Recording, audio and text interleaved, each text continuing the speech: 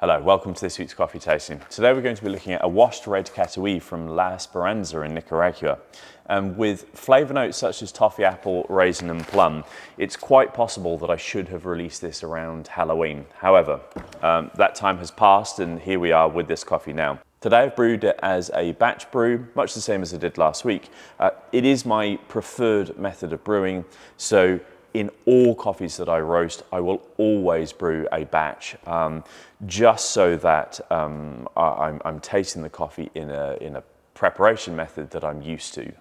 It's something, therefore, that I will have experience tasting and will be able to communicate more adequately the flavor profiles that I'm experiencing in the cup. So let's get straight into it.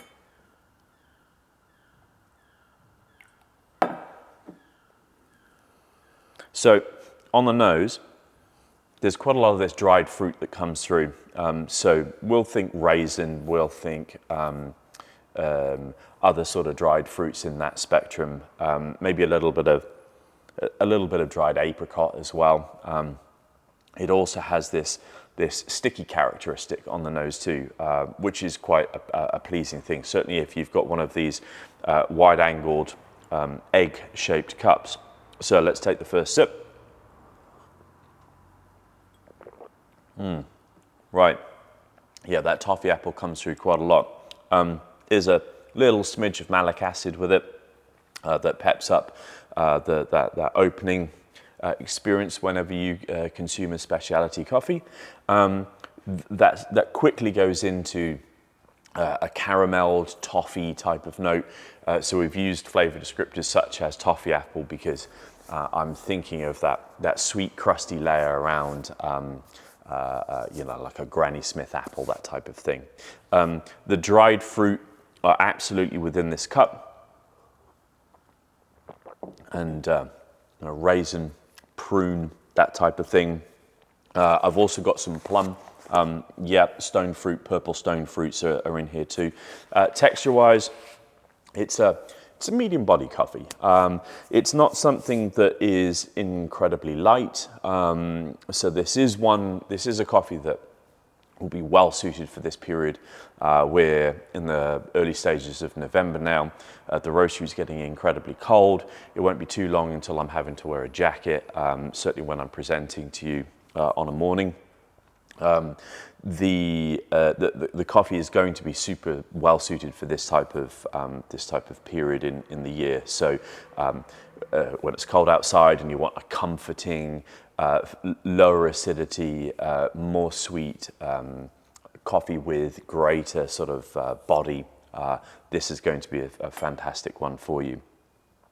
So to describe how I approach the roast in this, I've roasted quite a few Red Catuais in my life, quite a few coffees from Nicaragua, although it isn't an origin that I purchase a massive amount from. This has been sourced from our long-term coffee partners, Falcon Speciality, so thanks for this, guys. They do some really great work over in Nicaragua, and we rely, as a small roasting facility, we rely very, very heavily on our import partners. So strong working relationships with people who bring the coffee into the UK is really important for a company of my size, where I roast about 35 tons of coffee a year. I think when I get somewhere close to 75 tons, I'll be in a position then that I'll be doing much more work directly at farm level, and hopefully in 2024 you'll start to see some videos of me getting out to origin. But yes, so this was sourced by Falcon Speciality. So how did I roast this? I wanted to accentuate the texture. So for me in my probat, when I want to look at texture or developing texture, I tend to allow the roast times to roll on a little longer than I would say a washed Kenyan or a washed Ethiopian. So a coffee that naturally has very high levels of acidity and are grown at exceptionally high altitudes. So coffees that have great aroma profiles and fruit characteristics in the cup. Slightly lower altitude Central Americans will express more texture, more of these stone fruits, notes of plum, etc., raisin in this particular instance. So in order to achieve that, I look to roast the coffees between 10 and 3/4 minutes and 11 minutes in total length. Anything beyond 11 minutes in length in the roaster, I find that it sort of begins to mute the coffee some, but between that 10 and 3/4 and 11 minutes, there's a really lovely balance between the development of sweetness and body, while still retaining some of the fruit derivatives that are within the cup. For those of you who roast, the post first crack development time for this was 1 minute 39.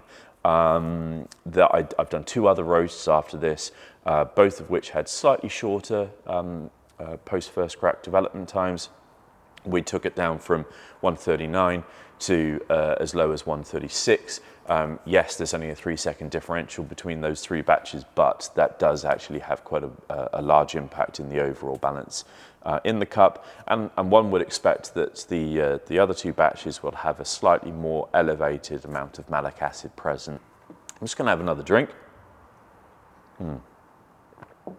Yeah, as this cools, the apple component of the cup is really beginning to open up.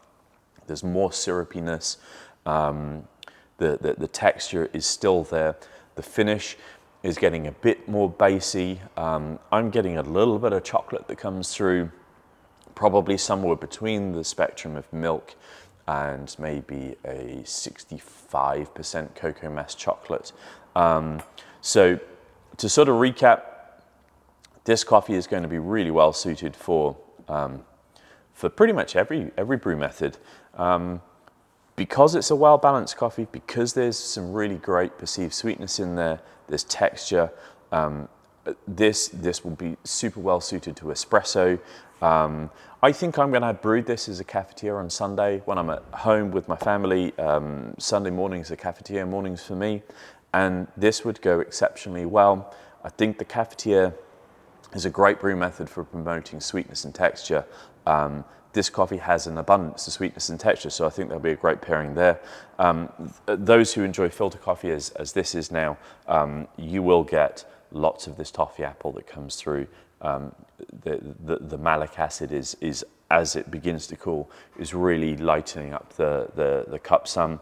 And for other methods of brewing, such as AeroPress or stovetop mocha pot, or some of the more idiosyncratic brew methods that are available today, yeah, you know, it's a versatile coffee, and you'll be super well suited for all of those methods of brewing. So, as I finish this little video, to recap, La Esperanza from Nicaragua, a washed red Catuai, 1,650 meters above sea level, sourced by Falcon Speciality for us here at the blending room, roasted for close to 11 minutes in total roast time. Expect lots of sweetness, texture, dried fruits, plum, raisin, some toffee apple, and versatile for every method of brewing. So I hope you enjoy the coffee and look forward to seeing you again next week.